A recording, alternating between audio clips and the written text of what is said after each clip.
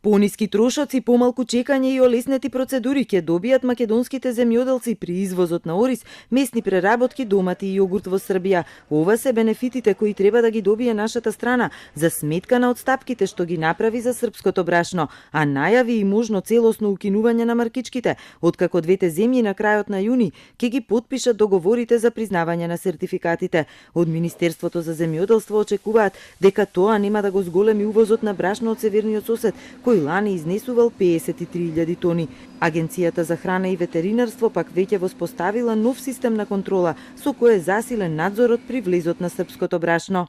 Она што веќе е договорено и што е внесено во содржината на меморандумите кои што се прифатени од двете страни, но и од стопанските комори, значи олеснување при извозот на оризот во Србија. Радиоактивноста ќе се проверува на самата граница, нема да се чека. Во делот на ГМО ќе се признаваат нашите сертификати. При извозот на нашите месни преработки двојно ќе се намалат цените за лабораториските испитувања, бидејќи анализата во Србија чини околу 500 евра, додека кај нас 200, а чекањето на граница за добивање резултати од 12 дена ќе се сведе на само еден.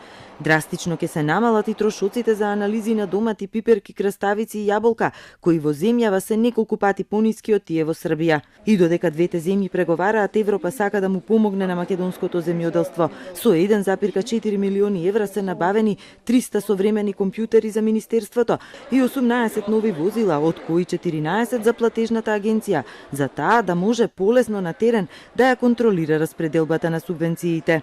Располагаме со стар возен парк. Овај нов возен парк само ќе зголеми мобилноста и сигурноста на луѓето кои работат во секторот контрола на терен. Ова мала поддршка која ја даваме ќе направи административниот сектор и да биде поефикасен во руралните области. Во извештајот на Европската комисија за земјава е нотирана слабата искористеност на ИПАРД парите, а новата опрема, но и новите вработени во платежната агенција треба да помогнат да се надминат овие слабости.